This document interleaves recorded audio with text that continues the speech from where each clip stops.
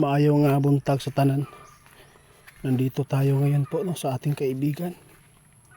Tungkol po ito sa lindol guys no, update tayo ngayon. Dahil po mayroon na talagang sign na ipinapakita at ipinadama ng mga lugar kung saan tinatamaan po ng pagyanig ng lindol no. May 6.0 at mayroon pong 5.1. Ito po yung tandaan po natin guys kapag ganito po ang mga sign na pag yanig, may paparating na malakas dito.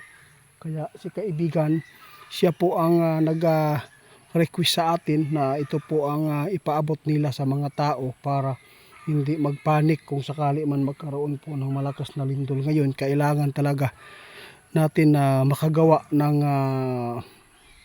yung matibay na misa, no kaibigan? Ako po guys, ito po si kaibigan no, nagtuturo na dahil po nakita talaga nila na mayroon talagang malakas na lindol na masagupa natin. Kasi mayroon na pong nakasagupa ng pagyanig. Ito po ang mga sign. Kaibigan, salamat sa mga babala.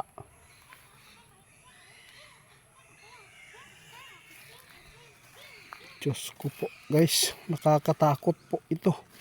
Dahil ang sabi ng ating kaibigan ngayon, ipahanda mo ang mga kamag-anak mo kung saan pong lugar sila nakatira. Nagbabala ako na layuan ang mga dagat ngayon dahil po posibleng magkaroon talaga ng malakas na alon kapag magkakaroon din po ng malakas na pagyanig, kaibigan. Oo nga, kaya ako talaga ang nagpunta dito kasi alam po ninyo itong mga babala na sinasabi ninyo, kaya lagi kong tinutugunan dahil po sa mga nangyayari na ilang araw lang no, nagkatotoo agad ang mga hinuhulaan po ninyo, lalo na yung nakikita ninyo mga impormasyon na nakapagbigay ng kapahamakan sa tao. Linisan natin. Ano po? Sa bagay, mayroon naman pong mga tao kaibigan na handang magtugon nito. Kung wala, okay lang po yan. At least may naibigay tayong babala. At least po na mayroon pong mga inusinting mga tao na hindi po nakakaalam sa mangyayari. At least mayroon sila mapagkunan na pamamaraan ngayon. Hindi na talaga maganda ang nakita ng mga kaibigan natin dito guys dahil po sa pagyanig sa mga lindol sa ibang lugar ngayon dito sa Pilipinas no. Tandaan po ninyo tulad po nito noong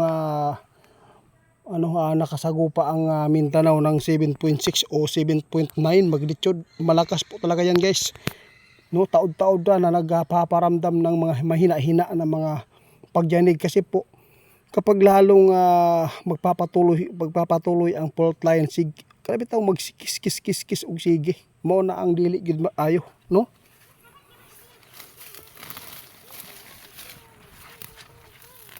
Diyos ko. Ito avocado guys. Sabi ng ating kaibigan itiit, hindi ko na lang po sasabihin ang nakita namin sa inyo dahil ayaw ko talaga makapagbigay po ng trauma o takot sa mga mahihina ang loob kasi marami pong mga nakita natin na mga comment daw dyan ay grabe po ang kanilang sinasabi no, kasi nakadagdag daw sila ng takot yung mga kaibigan humihingi si kaibigan ng tawad guys kung ganito ang kanilang ina-update lagi kasi ayaw po daw talaga nila na ang tao mapahamak.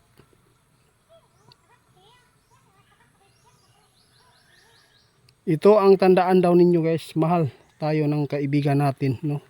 Alin nyo dahil po sila mismo ang laging nagbibigay ng mga advice at lalo na sa mga may mga mangyayaring masama dito sa atin. Kaya tandaan po ninyo itong video o pagpapaabot ng ating kaibigan na kapag mayroon pong mga sign na nakasagupa ang mga tao sa ibang lugar na pagyanig, ibig sabihin nito mayroon talagang lugar dito na tawag anak kami itong magrabihan ba, no? Oo, magrabihan o kusog nga pagyanig, kaya mag-ingat tayo.